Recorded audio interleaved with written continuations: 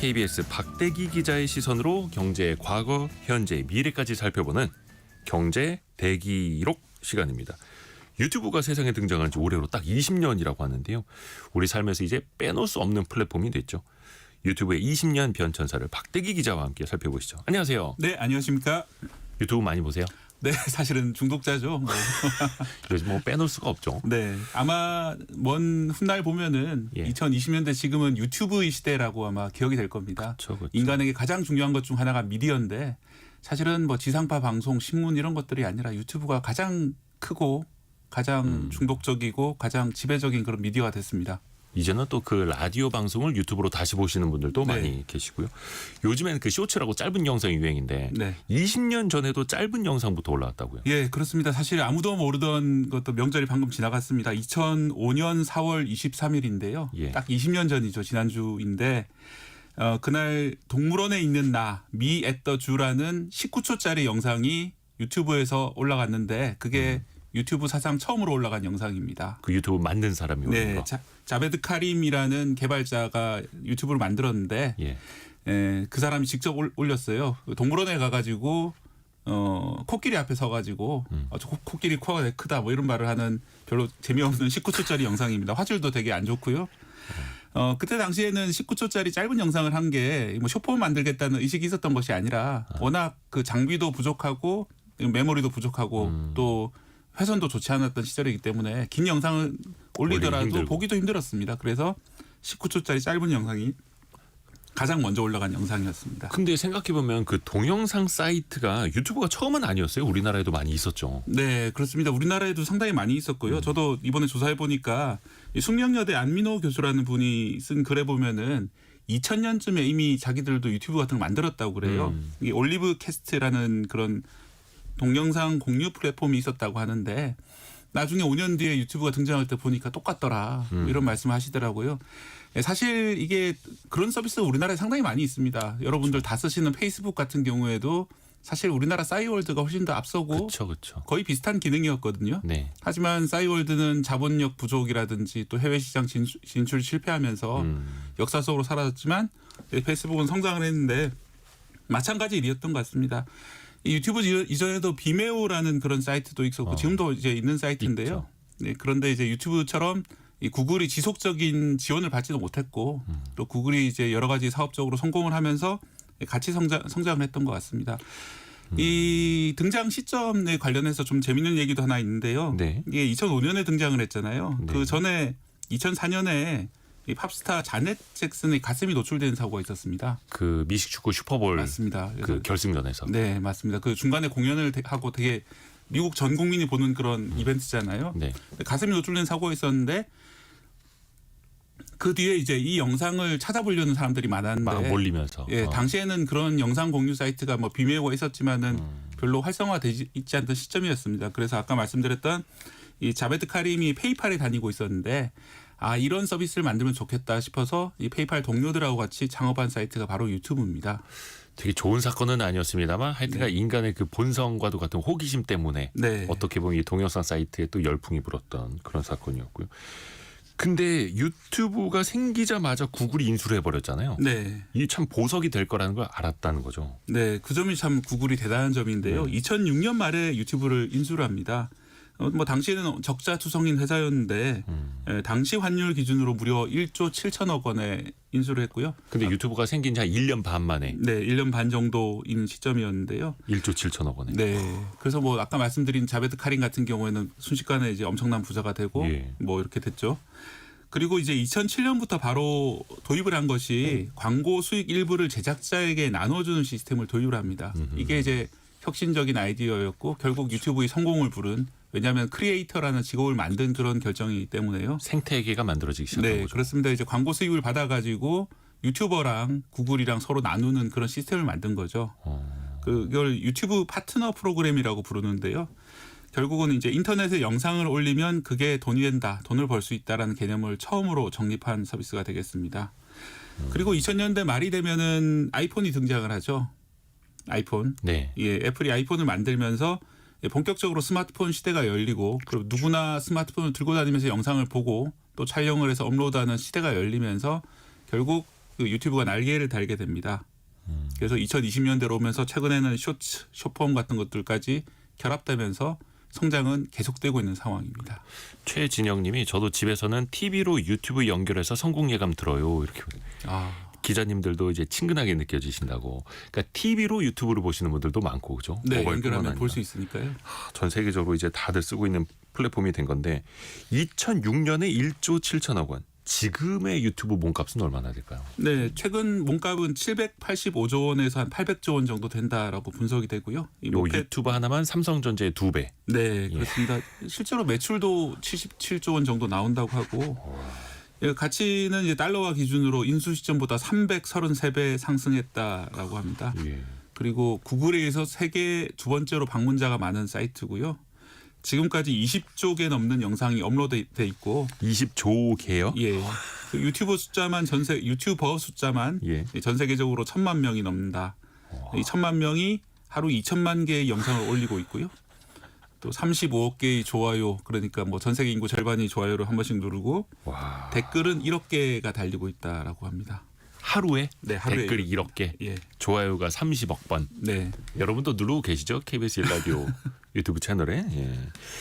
우리 국민만 해도요. 그 모바일 인덱스 자료에 따르면요. 한 88%가 유튜브를 시청하고 계시다고 하고 하루 평균 2시간 20분 정도 유튜브를 쓰신다고 하네요. 네.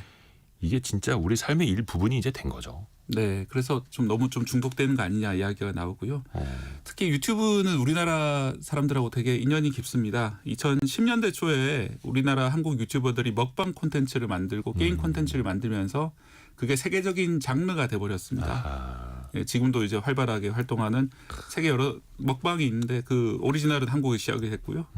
또 2012년에는 싸이의 강남스타일 다 기억하시죠? 네네. 그게 이제 유튜브 최초로 10억 회 조회수 넘어가면서 이제 전기를 열었고요.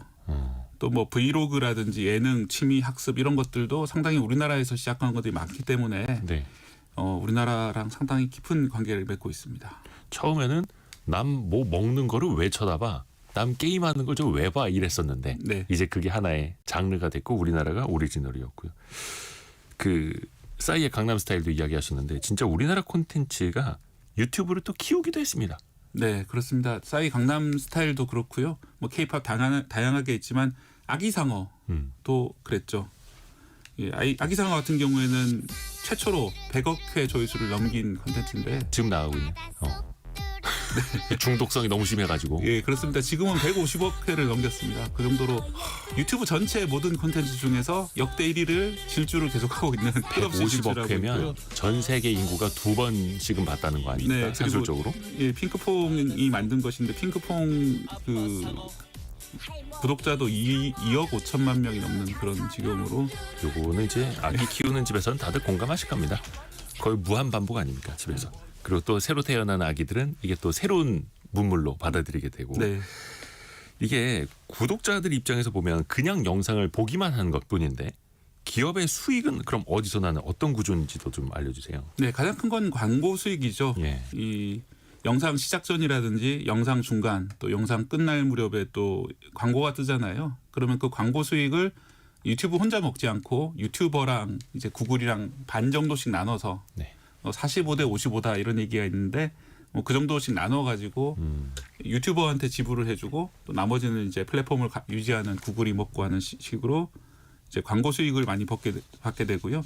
또 유튜브 프리미엄이라는 유료 구독 서비스가 있는데 그렇죠. 예, 거기서도 이제 수익이 유튜브 입장에서 나는 거고요.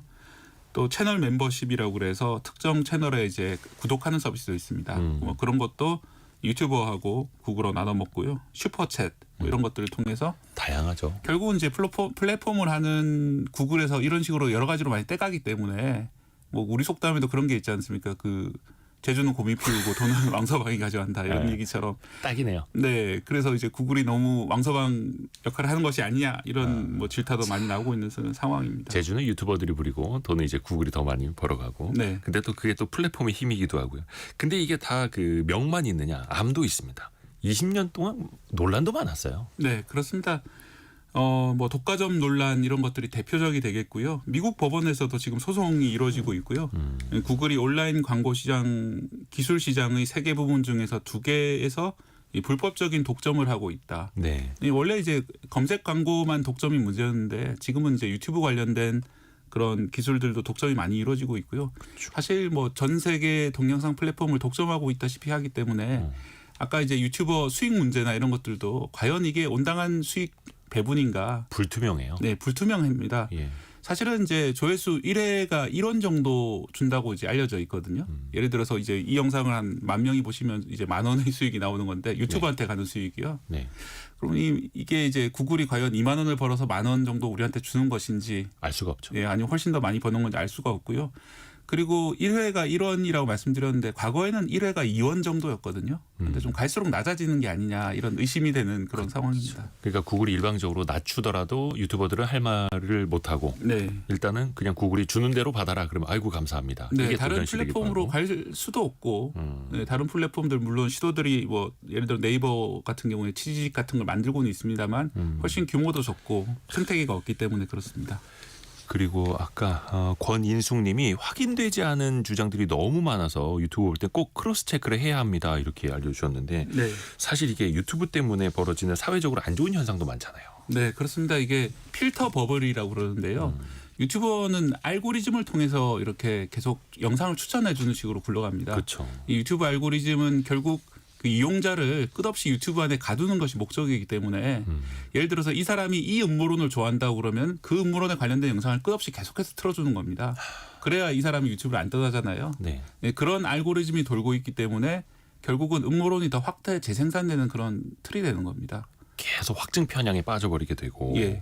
유튜브는 또 계속해서 그걸 보여주게 되고 그래서 스스로 뭔가 노력을 해야 되지 않습니까? 거기서 빠져나오려면. 네. 그래서 이제 아예 다른 영상을 봐야 되는데 저도 그래서 이제 유튜브를 아예 로그아웃을 하면은 좀 볼 수 있지 않을까 생각이 들었는데 한번 로그아웃 해보셨나요 유튜브에서? 해봤죠. 예, 어떻게 뜨던가요? 근데 비슷하면 되는데 또 최근 검색한 거랑 비슷한 예. 걸 또 띄워줍니다. 예, 맞습니다. 그래서 그게 참 벗어나기 되게 힘든 상황이고 저 같은 경우는 아예 완전 로그아웃을 했더니 아예 아무 영상도 안 떴습니다. 처음에는. 예. 예. 아예 아무 영상도 안 뜨는 식으로 돼버려가지고 아 이게 결국은 나의 정보를 뭔가 끝없이 요구하는 이런 시스템이구나 이런 느낌이 들었고요. 저도 그래서 평소에 어떤 SNS든 뭔가 맞춤 추천 네. 이런 기능을 저는 다 꺼버립니다. 아, 제가 혹시나 또 편향될 수도 있을까 봐. 네. 그래서 좀 많이 추천하는 것이 예를 들어서 이제 방송 프로그램도 홈페이지에 들어가시면은 이제 뉴스 프로그램 같은 경우에는 전체 뉴스를 한 꼭지씩 볼 수 있는 그런 홈페이지들이 있습니다. 그래서 내가 원하지 않는 뉴스도 한번 찾아보고 이런 노력이 필요한 것 같습니다. 예를 들어서 신문 같은 경우에도 지면 전체를 보면은 내가 원치 않는 뉴스들이 구석구석에 박혀 있거든요. 또 오히려 그런 뉴스들이 더 가치가 있는 뉴스가 많아요. 아, 내가 몰랐던 이런 세상이 있었구나 이렇게 알게 되고요. 그래서 유튜브의 필터 버블 그러니까 나를 둘러싸고 있는 거품 같은 그런 걸러진 정보들을 한번 깨는 노력이 필요한 것 같습니다. 제가 최근에 좀 엽기적이라고 해야 되나요? 네. 좀 충격적인 뉴스가 있었는데 네네네. 미국에서 그 미국 중앙정보부 CIA의 부국장의 아들이 이 대학생인데 러시아 군인이 돼서 러시아 군으로 우크라이나 전쟁에 참전했다가 사망한 일이 있었습니다. 되게 이해가 안 되는 일이었거든요. 예, 그 일도 결국은 아들이 음모론 유튜브에 빠져서 이 우크라이나 전쟁은 미국이 일으킨 것이다.